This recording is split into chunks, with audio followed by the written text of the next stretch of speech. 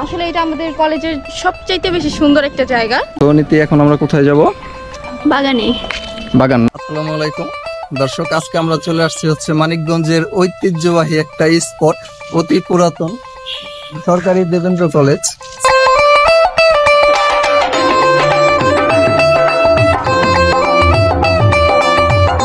আপনারা সবাই জানেন যে মানিকগঞ্জের মানুষ অনেক ইসলামকে অনেক মনে ধারণ করে, তারা নামাজ কালামে ফাঁকিবাজি করে না। তো এই হচ্ছে সরকারি দেবেন্দ্র কলেজের মসজিদ। এখানে তারা পড়াশোনার মাঝে যখন নামাজের টাইম হয় এখানে এসে তারা জামাতে নামাজ আদায় করে।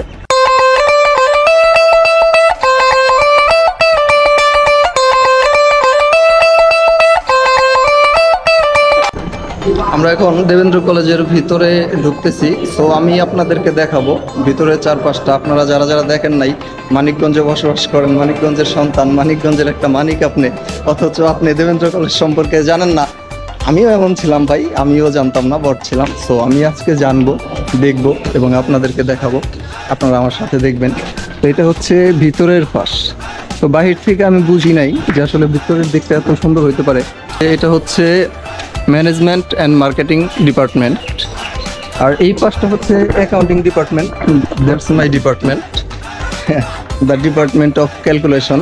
এদিকে হচ্ছে দানবীর শহীদ রণদা প্রসাদ সাহা চত্বর।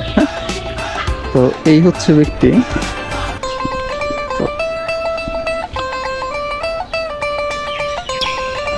তো আপনি যদি দেবেন্দ্র কলেজে ঘুরতে এসে আমার মতন একটু টায়ার্ড বা ক্লান্তি ফিল করেন, তখন এখানে একটু বসতে পারেন। তো এখানে বসলে একটু ভালো লাগবে আশা করি। উপরে অনেক সুন্দর গাছ আছে, সো এখানে ছায়া থাকে অলওয়েজ। আর এই সামনে একটু হাত মুখ ধুয়ে নিতে পারেন।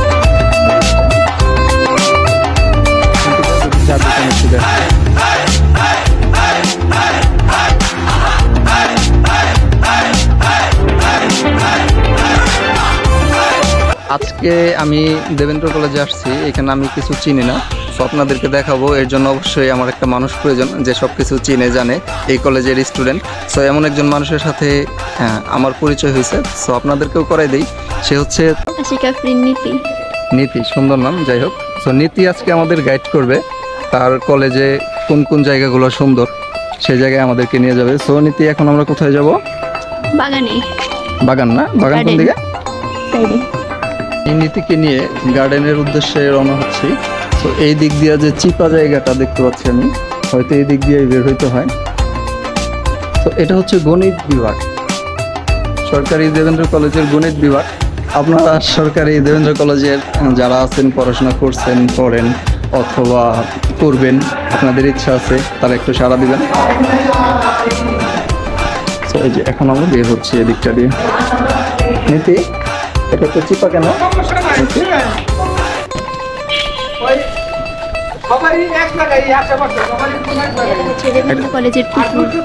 দেবেন্দ্র কলেজের পুকুর না নীতি? আমি তো এখানে পুকুর দেখতে পাচ্ছি, তুমি যে গার্ডেন বললা সামনে। আচ্ছা, সামনে না?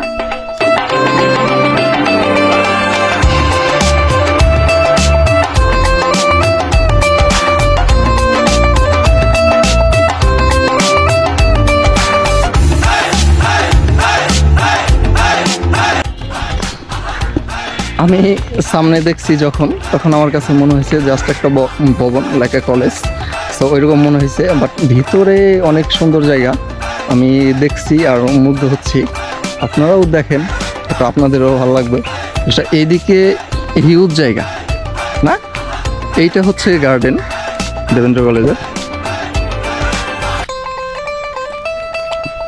এই ভবনে ইন্টারে ক্লাস নেওয়া হয়। এই যে ভবনটা দেখলেন, এখানে মেধাবী তরুণরা ইন্টারে ক্লাস করে।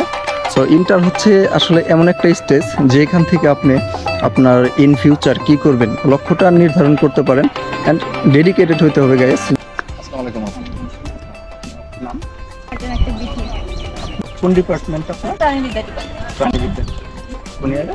আমি এবার নিউ থার্ড ইয়ার। আচ্ছা, যাই হোক, আপনি হচ্ছে থার্ড ইয়ারের একজন স্টুডেন্ট সরকারি দেবেন্দ্র কলেজের। সো উনি এখন আমাদেরকে এই যে আপনারা যেটা দেখতে পাচ্ছেন, এটা হচ্ছে পদ্ম পুকুর, এইটা সম্পর্কে একটু আমাদেরকে বলবে, জানাবেন। এটা নতুনই করা হয়েছে আর এগুলো ভীষণ সুন্দর। আসলে এটা আমাদের কলেজের সবচাইতে বেশি সুন্দর একটা জায়গা, যেখানে আমরা দেখা যায় যে আমরা পড়াশোনার ফাঁকে ফাঁকে বা ক্লাসের মাঝে মাঝে আমরা এখানে আসি, একটু ঘুরতে আসি, একটু মন খারাপ হলে এখানে আসি, দেখি, ছবি তুলি, মানে আমাদের ভালো লাগে।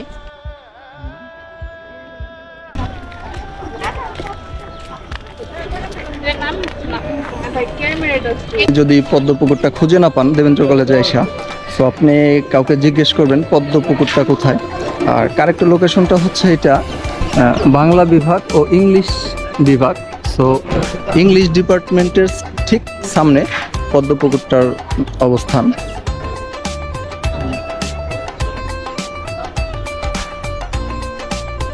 নাম হচ্ছে মোহাম্মদ আশরাফুল ইসলাম, হচ্ছে আমি ফিজিক্স ডিপার্টমেন্টে। এই কলেজে আপনার স্মরণীয় সুন্দর একটা মোমেন্ট যদি আমাদের সাথে শেয়ার করতেন। স্মরণীয় হচ্ছে পিঠা উৎসবে ছিলাম, মানে এই জায়গা অন্য ধরনের একটা আনন্দ উপভোগ করছি আমরা, যেটা মানে আশপাশে অন্য কোনো কলেজে হয় না, আমাদের কলেজে প্রথম পিঠা উৎসব।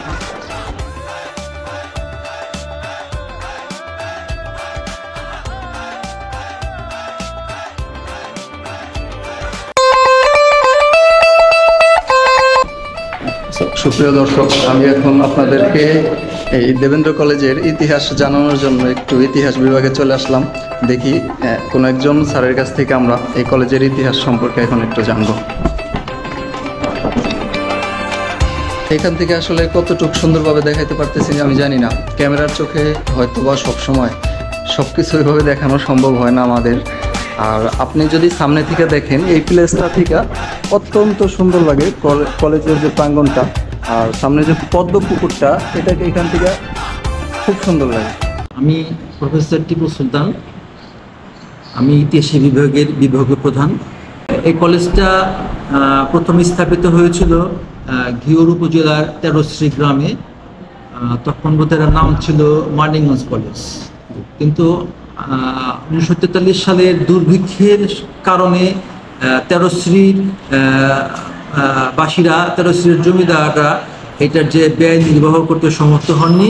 পরে তৎকালীন মহকুমা প্রশাসকের সহায়তা পরামর্শে কলেজটা ঘিওর তেরোশ্রী থেকে মানিকগঞ্জে নিয়ে আসা হয় এবং জেলা মহকুমা প্রশাসক এবং তৎকালীন মানিকগঞ্জের যে গণ্যমান্য ব্যক্তিবর্গ ছিলেন তাদের পরামর্শে রণদা প্রসাদ সাহা, যিনি দানবীর আরপি সাহা নামে পরিচিত, তার কাছে সাহায্য চাওয়া হয়।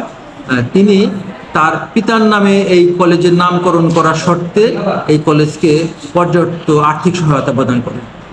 ফলে এই রণদা প্রসাদ সাহার আর্থিক সহায়তা এই কলেজটা আজকে এই একটা বৃহৎ পরিসরে প্রতিষ্ঠিত হয়েছে।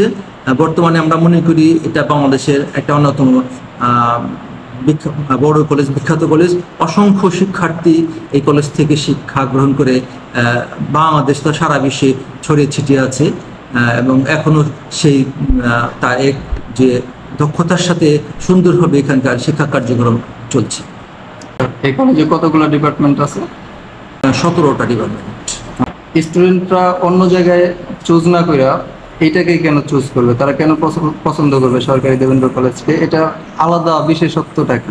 আলাদা বিশেষত্ব যে এটা ঢাকার পাশে একটা কলেজ, ঢাকা মহারাষ্ট্রের রাজধানী প্রাণকেন্দ্র, তার পাশে কলেজ এবং এখানকার যোগাযোগ ব্যবস্থা খুব ভালো। সবসময় এখান থেকে আমাদের এখানে মানিকগঞ্জে ট্রেন লাইন নাই, কিন্তু বলা যায় সর্বক্ষণই এখানকার ঢাকার সঙ্গে বাস যোগাযোগ খুব ভালো যোগাযোগ রয়েছে। এখানে সর্বক্ষণই বাস চলছে ঢাকা টু মানিকগঞ্জ।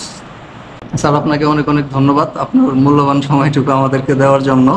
যাই হোক দর্শক, আপনারা এতক্ষণ আমাদের সাথে দেখলেন স্যারকে। স্যার ওনার কলেজ সম্পর্কে একটু বললো, জানালো, এর জন্য স্যারের জন্য অনেক অনেক শুভকামনা।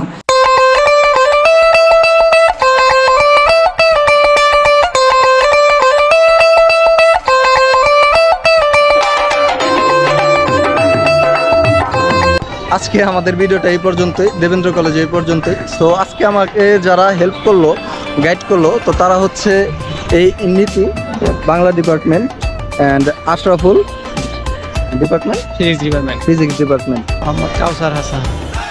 তো ভাইদেরকে অসংখ্য ধন্যবাদ আমাকে আসলে হেল্প করার জন্য। ওনারা না থাকলে হয়তো আমি এভাবে শেষ করতে পারতাম না। সো আপনারা যারা যারা আমাদের সাথে আছেন তো থাকবেন, এবং আমার পেজটা যারা যারা ফলো দিচ্ছেন, যারা যারা আমার ভিডিও দেখেন, অসংখ্য ধন্যবাদ আপনাদেরকে। এবং যারা যারা দেখেন নাই, এখনও আমার ইউটিউব পেজটা সাবস্ক্রাইব করেন নাই এবং ফেসবুকের সাথে কানেক্টেড না, সো আপনারা এখনই ফলো দিয়ে দেন। ধন্যবাদ।